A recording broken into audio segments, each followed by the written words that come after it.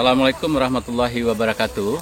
Sahabat pecinta inovasi tani, kali ini Inovasi Tani Studio mengunjungi suatu lokasi tempat rekreasi alam sebetulnya yang disebut dengan Kapalo Banda, Nagari Taram, Kabupaten 50 Kota. Kapalo Banda dalam bahasa Indonesianya lebih kurang adalah dam untuk kecadangan air untuk irigasi. Nah, di situ digunakan tempat rekreasi air, terutama bagi anak-anak. Nah, yang menarik adalah pada nagari ini dikombinasikan dengan usaha tani. Yang usaha tani ini menjadi objek tambahan dari desa wisata Taram ini. Jeruk terutama, jeruk manis, dan juga ada durian. Nah, pada saat musim jeruk dan durian, wisatawan pada saat menunggu anaknya bermain air, ia berkunjung ke kebun jeruk dan durian ini. Menarik untuk disimak. Dan ini, mari kita ikuti penjelasan dari pengelola desa wisata ini.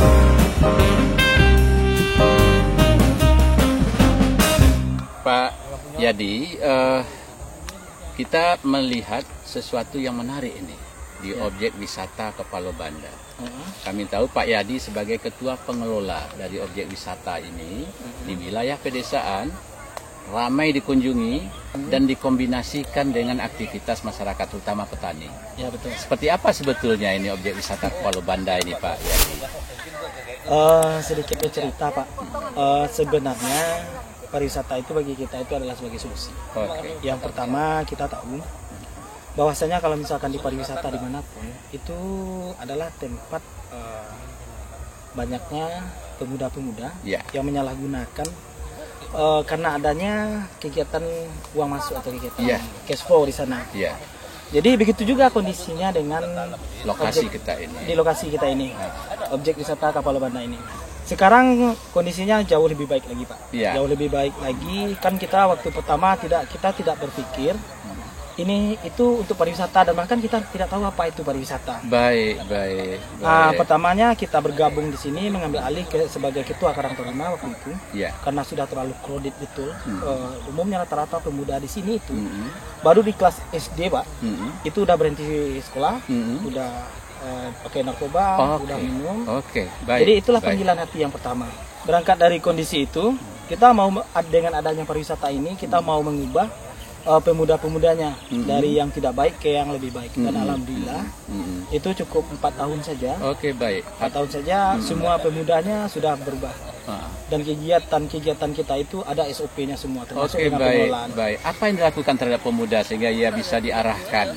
Pertama, memang kita gini, kalau seandainya orang yang datang ke sini, kalau ingin uangnya lebih banyak lagi, kalau ingin orang itu lebih ramai lagi ke sini, tentu pelayanan kita harus ditingkatkan. Dengan adanya sumber daya manusia sudah yang disiapkan untuk mengelola sumber daya alamnya, baru di tahun 2018 itu, 4 tahun menjelang itu, kita bangun semua potensi-potensi yang ada di sini. Sebenarnya hutan semuanya tambah. Waktu itu 2018 itu yang kita bangun ayunan tapir putih sama hutan pinus Wakanda. Pada waktu itu tuh. Karena berangkat dari sana itu pertamanya kita sudah selesai, Pak. Kita sudah selesai, kita tarik diri, bukan tidak jadi ketua lagi selama 4 bulan. 4 bulan pertama, kalau nggak salah ketika itu dari pertengahan April kita dipanggil lagi oleh Pak Walinya, panggil kayak gitu tuh. Kita disuruh bergabung lagi, mengepalai pengelolaan Kapalo Banda lagi, termasuk dengan mengepalai pengelolaan desa wisata. Kalau dulu kamu sudah berhasil dengan pemudanya, bagaimana dengan masyarakat? Bagaimana untuk menyelamatkan ekonomi masyarakat? Berawal dari sana, kita coba susun konsep. Jadi konsep kita itu memang CBT, Community Based Tourism, oleh masyarakat untuk masyarakat. Kita pakai dari sini, kita mainnya mass tourism, wisata massal. Wisata massal itu memang kita bekerja 80%-nya cuma untuk mendapatkan keuntungan 20%. Berapa banyak kunjungan wisatawan kira-kira kalau hari-hari spesial seperti itu? Dalam satu hari itu mencapai 10.000 sampai 20.000. 10.000 sampai. Baik Pak Yadi. Jadi kami masuk ke desa wisata ini, kami harus bayar tuh masuk. Nah, tadi ada, saya lihat itu untuk nagari 500 lupa saya, 5.000 rupiah per orang dipungut ya. Ya. Nah, itu seperti apa pengaturannya untuk nagari kita? Di sini pengaturannya kita pakai persentase, Pak. Tapi dari persentase itu kita memang ditetapkan juga target. Ya. Target kita untuk satu tahun itu 150 juta. Oke, baik. Nagari memberikan target kepada pengelola 150 juta. Iya. Kalau sudah lebih dari itu milik pengelola. Bukan, Tidak juga, tetap. Tetap. Oke, jadi si pengelola sepertinya tidak terlalu berorientasi bisnis nih. Betul. Lebih banyak membina masyarakat ya sepertinya. Iya, Oke, iya. baik. Nah, menarik sekali. Nah, berikut tadi dikatakan community based pariwisata, tourism. Iya, betul. Berarti yang mempunyai aktivitas utama kan masyarakat ini. Betul sekali, Pak. Apa kesulitannya untuk mengorganisir masyarakat di desa wisata seperti ini? Kalau kesulitan tentu memang tidak rahasia umum lagi, Pak. Memang karakter manusianya, struktur sosialnya. Sebab kalau kita mau mengelola pariwisata, Pak, tentu kalau kita berbicara pariwisata itu memang artiannya luas. Orang yang datang ke sini kita menciptakan pasar yang sangat sebesar-besarnya. Tapi kita harus mengerti juga dan memahami termasuk menyadari bagaimana struktur sosial masyarakat kita. Iya, benar. Kita tahu kalau misalkan di Minangkabau itu masyarakatnya itu banyak yang maksudnya banyak yang nenek mama. Oke, baik. Yang ini baik, itu baik. kan Baik. kalau kita orang biasa itu patut menghormati Iya. gitu. Jadi kalau misalkan kita membawa, kita nggak sanggup membawa orang, kita Iya. nggak sanggup mengajak orang, tapi kita mampu mensugesti. Sugesti. Betul, kita mampu mensugesti. Jadi pertama kita biarkan aja masyarakat itu, ini semuanya kita bersihkan. Dari sana itu dibiarkan. Kalau masyarakat tuh orang datang pasti pemikirannya uang. Iya, iya. Berdiri kedai, Iya. tonggak 4, Iya. sahab terpal langsung buat piramid. Begitu ada orang dalam bayangannya bisa jualan sesuatu. Ya betul. Bagaimanapun bentuk berjualan tidak menjadi pikiran utamanya. Betul, Itu ya, seperti betul, itu ya. betul. Oke. Betul, Bagaimana betul. kenyamanan orang tidak menjadi pikirannya. Iya. Itu yang dibentuk kira-kira oleh Pak Yadi dan kawan-kawan. Iya. Oke.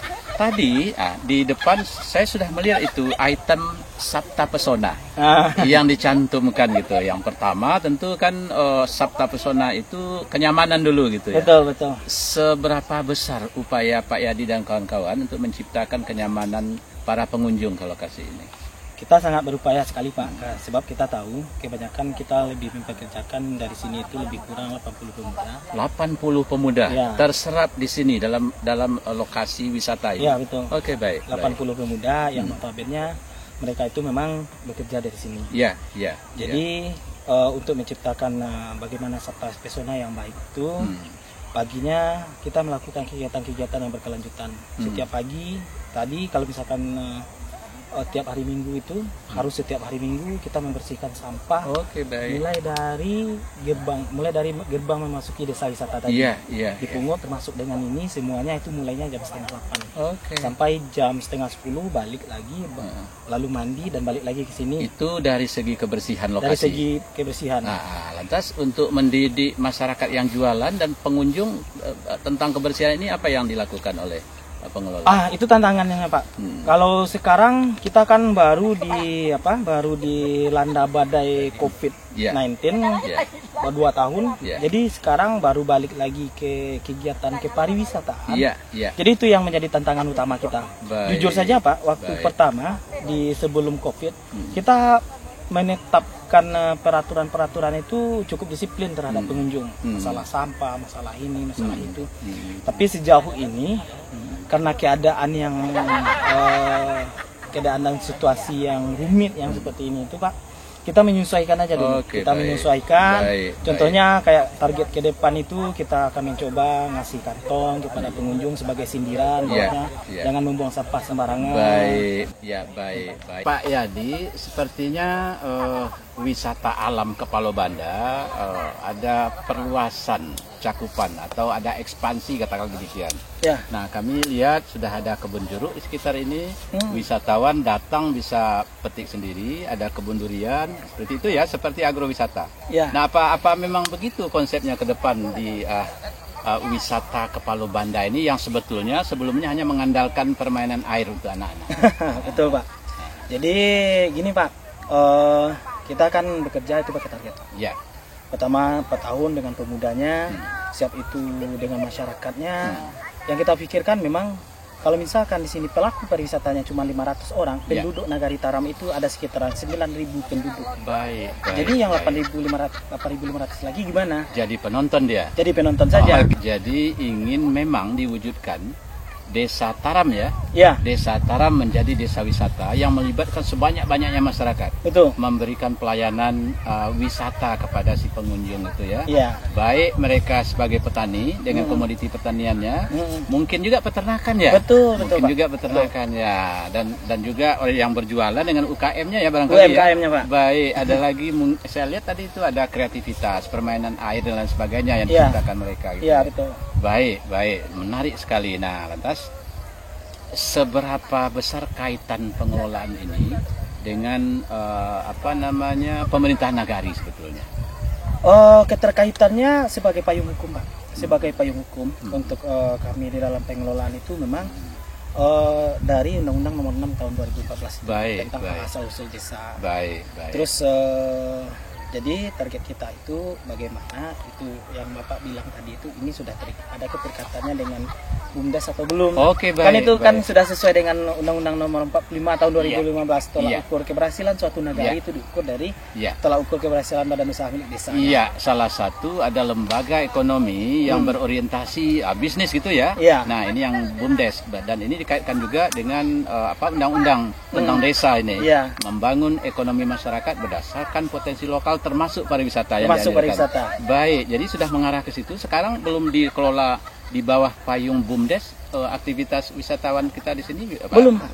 Belum. Jadi kemarin ini terkadang kan sumber daya manusianya, Pak. Iya. Sumber daya manusia kita mengetahui, kita tawarkan, kita sudah jauh-jauh hari menawarkan ke pihak nagari ini sebaiknya di bawah naungan BUMDes sehingga untuk pengembangannya itu tidak terbatas. Baik.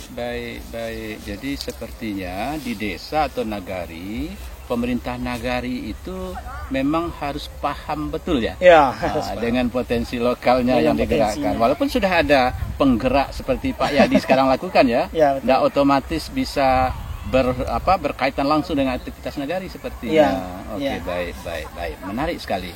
Jadi kalau lokasi ini kunjungan wisatawannya yang banyak itu kapan ini Pak Yadi? Di kondisi normal, bukan kondisi COVID. Kondisi COVID semuanya emang nggak ada dikunjungi ya. Ya. Ya. Waktu di hari-hari libur, Pak. Hari libur. Di hari-hari libur itu lebih banyak. Kebanyakan wisatawan kita itu dari Riau.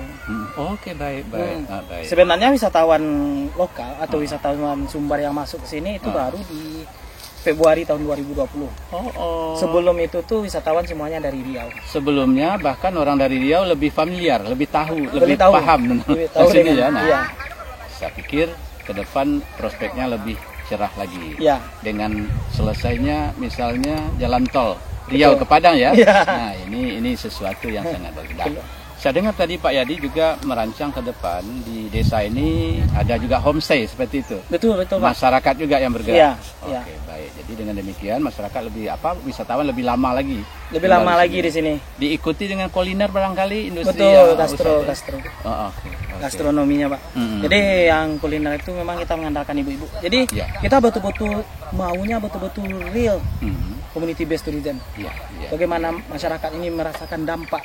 Sebab Pak, bagi kita itu pariwisata itu adalah solusi. Solusi ketika ada keterpurukan ekonomi. Contohnya waktu harga pertanian itu murah, apa yang menyelamatkan kalau nggak pariwisata? Contohnya waktu kita keliling desa dengan wisatawan, main sepeda, pas ketemu di kebun cabe, waktu itu cabe masih 12.000. Kita tawarkan ke pengunjung waktu itu dia mampu beli 50.000, petik sendiri. Oke, baik. Jadi 20 orang 2 kilo satu orang kan udah 40 kilo per 50.000. Jadi itu adalah solusi-solusi Pak. Terus tentang bagaimana keterpurukan budaya kita. Umumnya rata-rata yang muda-muda kita, generasi Z itu kan kiblat budayanya kan kayak Korea. Oke, baik. Nah, jadi apa yang menyelamatkan kalau nggak di pariwisata? Ya, jadi itulah nanti akar budayanya tetap terjaga. Mereka mempunyai aktivitas yang Iya. menghasilkan nilai tambah, lantas berkelanjutan. Betul. Oke, baik. Sekarang saja Pak, kita sudah didesa oleh teman-teman untuk menghidupkan sanggar dari sini. Ya. Bagaimana apanya, siapa yang mau ngajarkan Randai mau kita temui. Dan itu baru hanya tinggal 1 orang lagi Pak, Oke. gurunya. Oke, Dan udah baik. tua juga. Baik. Nggak ada lagi penerus sepertinya. Ya. Oke, baik. Jadi, Kemarin dulu waktu acara Bank Dunia waktu berkunjung ke sini, kita bawa tari dan alhamdulillahnya tari dari SMP kita dan umumnya semua anak-anak sekolah dari sana. Dan itu kita sangat emosional sekali Pak. Dan ini harus dipertahankan. Iya, baik. Jadi nanti desa wisata Taram, khususnya objek wisata Kepala Banda, tidak hanya lagi wisata alam. Betul. Ada agrowisatanya, ada wisata budayanya, Ada. termasuk wisata kuliner yang seperti itu ya. Iya. Dan kunjungan tentu diharapkan lebih banyak lagi. Betul Pak. Oke, baik. Nah, satu hal Pak Yadi, untuk masuk ke Taram, paling tidak kita kan ada jarak lebih kurang dari pusat kota itu lebih kurang berapa kilo ya? Dari pusat kota ada 7 kilo. 7 kilo. 7 kilo. Nah, jalan masih ada yang relatif kecil dan sepertinya kurang terawat. Betul Ini Pak. wilayah kota apa wilayah kabupaten ini? Wilayah Pak? kabupaten Pak. Kabupaten. Nah, seperti apa perhatian pihak OPD terkait lah dengan objek wisata Taram ini? Sejauh ini mohon maaf Pak kalau misalkan kita dengan pemerintahan kita tidak pernah mengetahui Pak. Oke. Mohon maaf. Baik. Jadi kalau misalkan mau pergi ke Taram itu kalau sudah ketemu dengan jalan jelek itu udah masuk ke Taram. Oke, baik. Udah masuk Ya, masuk ke Taram. ya, Memang jadi itu adalah tantangan. salah satu faktor utama ya, Ya, betul. untuk objek Aksesibilitas wisata, aksesibilitas itu ya. Kalau aksesibilitas semakin lancar, semakin cepat, kendaraan semakin mudah, Ya. temui akan semakin banyak yang akan datang. Betul. Ditambah hospitality dari pengelola di sini. Ya. Dia aman, tertib, indah, dan terakhir nanti punya kenangan tersendiri gitu Ya, ya. betul. Oke, baik. Selamat. Saya pikir masa depan dari objek wisata dan desa wisata ini secara umum karena dikelola berdasarkan prinsip community base. Nah, ini saya pikir akan mendapat sambutan luar biasa bagi masyarakat. Amin. Pada saat masyarakat merasakan manfaatnya, tidak akan ada yang menolak. Dia akan memberikan pelayanan sebagaimana seharusnya melayani Ya, wisatawan itu ya. Nah, oke, baik. Terima kasih dan kami ucapkan selamat dan semoga Pak Yadi dan kawan-kawan tetap bersemangat untuk mengelola objek wisata ini. Terima kasih banyak. Ya. Saudara, kita berbincang dengan pengelola objek wisata Kepala Banda di Taram ini. Esensinya adalah bahwa objek wisata ini tidak hanya lagi mengandalkan wisata alam, tapi juga wisatawan akan menikmati inovasi masyarakat sesuai dengan kemampuannya. Bagi petani, ia melakukan pertanian yang bisa menjadi objek agrowisata. Nah, kami sekarang berada dalam kebun jeruk. Jeruk ini boleh dipetik sendiri, dimakan di sini dengan gratis, tidak dibayar, dan kalau dibawa pulang baru dibayar. Rp17.000 per kilogram. Dan itu dijemput oleh wisatawan ke dalam kebun ini. Tentu ini sangat menarik. Pada saat musim durian demikian juga. Si wisatawan mengambil sendiri durian yang jatuh dari pohonnya. Dia buka sendiri. Nah, pada saat hanya dimakan di sini, wisatawan tidak dipungut bayaran. Dan kalau mau dibawa pulang, baru dipungut bayaran. Sesuatu yang menarik. Dan ada lagi, kami lihat untuk penghijauan ditanam namanya hutan pinus. Di bawah hutan pinus itu menarik sekali untuk berteduh, menikmati suasana alam dengan angin yang semilir. Semoga objek wisata yang berbasis masyarakat seperti ini menjadi unggulan desa wisata di mana saja, terutama di Sumatera Barat.